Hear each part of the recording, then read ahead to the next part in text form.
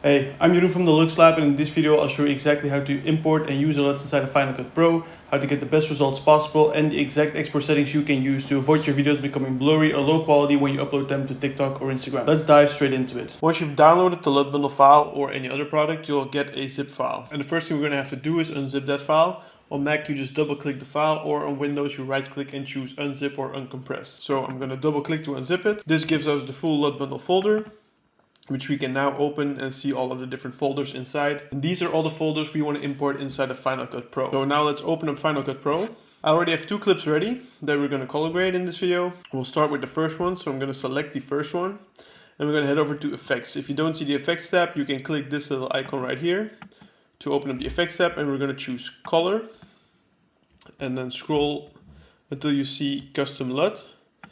And we're going to double click Custom LUT to apply it to that clip. The first thing we're going to have to do is convert this from D-Log-M to normal looking footage or Rec 709 color space. So we're going to go to LUT. I already have our LUT bundle imported, of course, but if you don't have LUT bundle imported yet, you're going to choose the option Choose Custom LUT. You're going to select just the full LUT bundle folder. So you're just going to select the LUT bundle folder itself and click open, unless you only want to use one of the looks and the conversion LUTs, for example. Then you can select the specific folders and choose open. Once you open them, you'll see the LUT bundle folder right here, where you can go into the different folders and choose which LUT you want to use. To convert the footage from D-Log-M to Rec 709, we're going to go to Log to Rec 709 folder and choose DJI D-Log-M, since this is filmed in D-Log-M. And we're going to select it. And this now converts it to normal looking footage. Next, we're going to apply our creative look. So with the same clip selected, we're going to head back to Effects Color, and we're again going to choose Custom LUT, and we're going to double click this. And we are going to drag this new Custom LUT above the other one. If you want to keep things clear, you can rename these Custom LUTs. So I'm going to double click it and name the first one Conversion, and the second one Creative. Now that we have clearly named them, we can go in and select a creative look we want to use. So I'm just going to go ahead and choose Hybrid Look 14, for example. The LUT at 100% is a little bit too strong to my liking, so I'm going to lower it down to about 75.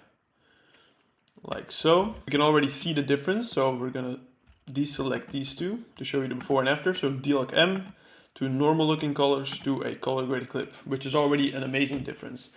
But to really get the most out of your videos, you're going to want to adjust some basic settings and correct it a little bit. As you can see, some parts of this image are a little bit too bright. So we're going to go back into Effects Color, but this time we're not going to go for Custom LUT. We're going to scroll up and we're going to choose Color Adjustment. So we're going to double click that to apply it and again drag it to the top. We do this because with the conversion on the bottom, we're going to keep more data or more dynamic range that we're going to use than if the conversion LUT is on top. You have a lot less dynamic range to play with. So with the color adjustment selected, we can tap into the color tab and we're going to lower these highlights in this case. So a little bit less highlights. Maybe add a tiny bit of contrast, a little bit less shadows, and I'm going to reduce the exposure just by a little bit as well. If you want the best possible result in your videos, you're going to have to do this for every single clip separately, because you want to tweak those little mistakes you've made. Like in this case, this is a little bit overexposed, maybe some videos underexposed, whatever it may be. This is where you can correct those little mistakes and make sure the footage looks as good as it possibly can. So this is all it takes to color grade a clip. So we converted it, we've applied the creative look, and we made some final adjustments to make it look as good as possible. So this is the effect of the basic adjustments. It makes it a little bit darker, which I personally like a lot. So I'm going to show you the before and after one more time. Original D-Log-M straight out of the camera.